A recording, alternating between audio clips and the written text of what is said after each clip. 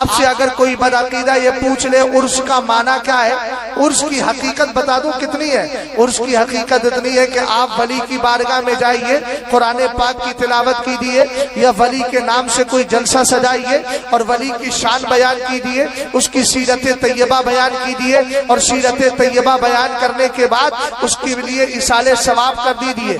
یہی ہے عرس کی تقریب۔ اس کے علاوہ عرس کسی چیز کا نام نہیں۔ عرس کے لیے یہ لازم نہیں ہے کہ آپ بڑے بڑے جھولے لگائیں، عرس کے لیے یہ لازم نہیں ہے کہ آپ وہاں بڑے بڑے جو ہے دکانیں لگائیں۔ اور آج ہندوستان کی بات کر رہا ہوں میں، ایم پی یا یو پی کی بات نہیں کر رہا ہوں۔ عرسوں میں ایک بیماری اور چل گئی ہے، ایک دن تو جلسہ ہو گیا، دوسرے دن قوالوں کو بلا کر لایا جاتا ہے۔ اب اللہ بہتر جانے آپ کے یہاں ہوتا ہے کہ نہیں ہوتا ہے، لیکن یاد رکھیے گا، یاد رکھیے گا، عرس کی تقریب سے آپ ایک پیغام لے کر کے جائیے گا۔ سیدنا مولا کائنات رضی اللہ تعالیٰ عنہ کے دیوانوں، اعلیٰ حضرت فاضل بریلوی رضی اللہ تعالیٰ عنہ نے ایک واقعہ ملفوظ شریف میں ذکر کیا ہے، جو عرس کی تقریب میں مقابلے کراتے ہیں، فاسق و فاضل قوالوں کو بلاتے ہیں، شرابی جواری قوالوں کو بلاتے ہیں، ان سے بیٹھ کر مقابلے کرواتے ہیں، دنیا بھر کی باتیں کرتے ہیں۔ یاد رکھیے گا، جتنے لوگ چندہ دے کر اس میں شرکت کر رہے ہیں، قرآن کی اس آیت کے مجرم ہیں۔ قرآن کہتا ہے وَلَا تَعَاوَنُوا عَلَى الْإِثْمِ وَالْعُدْوَانِ، گناہ پر، سرکشی پر ایک دوسرے کی مدد مت کرو، لیکن یہ گناہ پہ مدد کرنا ہے۔ اے بھائی موبائل جیب میں رکھ لے یار، تقریر دھیان سے سن، غور فرمائیے گا۔ میرے مصطفیٰ کریم علیہ السلام کے دیوانوں، اعلیٰ حضرت نے ملفوظ شریف میں ذکر کیا، جو قوالی کرانے کے شوقین ہے نا، قیامت کے دن کیا قد ان کی خراب ہوگی اور کس طریقے سے ان کی کیفیت ہوگی وہ اللہ بہتر جانتا ہے۔ مگر سنیے، اعلیٰ حضرت امام اہل سنت فرماتے ہیں، ایک بزرگ ہے نام ابراہیم ایرجی، بولو کیا نام ہے؟ حضرت ابراہیم ایرجی۔ مزار بتاؤں کہاں ہے؟ دہلی جائیے گا، خواجہ نظام الدین اولیاء سے پہلے حضرت امیر خسرو کا مزار، ان کے مزار میں جب انٹری کرتے ہیں، بالکل اس کے اپوزٹ سائڈ میں، اس کے محاذات و مقابل میں ایک چھوٹا سا دروازہ ہے، اس دروازے کے اندر حضرت ابراہیم ایرجی کا مزار ہے۔ یہ ابراہیم ایرجی کون ہے؟ اگر آپ صوفی افتخار صاحب سے مرید ہیں، تاج الشریعہ سے مرید ہیں، سید انس میاں صاحب سے مرید ہیں، اگر آپ قادری سلسلے میں ہیں تو آپ ایک شجرہ پڑھتے ہیں بریلی والوں کا، بحر شبلی شیر حق دنیا کے کتوں سے بچا، اور ایک پڑھتے ہیں بحر ابراہیم ہم پر نار غم گلزار کر۔ یہ یہی حضرت ابراہیم ایرجی رحمت اللہ تعالی علیہ ہے۔ ایک دن حضرت خواجہ قطب الدین بختیار کاکی کی بارگاہ میں گئے، ذرا توجہ فرمائیے گا، کہاں گئے؟ حضرت ابراہیم، حضرت خواجہ قطب الدین بختیار کاکی۔ کون نہیں جانتا ہے خواجہ قطب الدین بختیار کاکی کو؟ بغداد سے آنے والا، خواجہ پاک کے ساتھ رہنے والا، ہندوستان میں انٹری کرنے والا، دلی میں بیٹھ کر حکومت کرنے والا۔ آج 5 سال 10 سال کے اندر سطح بدل جاتی ہے، لوگ جسموں پہ حکومت کرتے ہیں، مگر ہمارا خواجہ ہماری روحوں پر حکومت کیا کرتا ہے، ہمارے دلوں پہ حکومت کیا کرتا ہے۔ یہی خواجہ معین الدین چشتی اجمیری ہے۔ وہ اپنے ساتھ بغداد سے غوث پاک کی ڈیمانڈ پر جس ذات کو لے کر انڈیا میں آئے تھے، اسی کو زمانہ قطب الدین بختیار کاکی کہتا ہے۔ زندہ سبحان اللہ، سمجھ رہے ہیں؟ خواجہ قطب الدین بختیار کاکی کی بارگاہ میں حاضری دی، حاضری دے کر کے وہاں قوالی چل رہی تھی۔ ابراہیم ایرجی اس احاطے سے جہاں قوالی ہو رہی تھی، اس احاطے سے نکل کے باہر جا کے بیٹھ گیا۔ اتنی دیر میں ایک ولی کامل جن کو علم کشف تھا، علم کشف سمجھتے ہو، جن کے پاس کشف القبور کا علم ہوتا ہے، وہ قبروں کے قریب کھڑے ہو کر یہ جان لیتے ہیں کہ ولی قبر میں موجود ہے کہ سبحان اللہ۔ مردہ ہو کے مت بیٹھیے بھائی، زندہ ہو کر کے بیٹھیے۔ ہم لوگ تو مرنے کے بعد بھی انشاءاللہ زندہ رہیں گے، انشاءاللہ رہو گے نا؟ کیوں رہو گے زندہ؟ اس لیے کہ تم نبی کو زندہ مانتے ہو۔ کیا بات ہے۔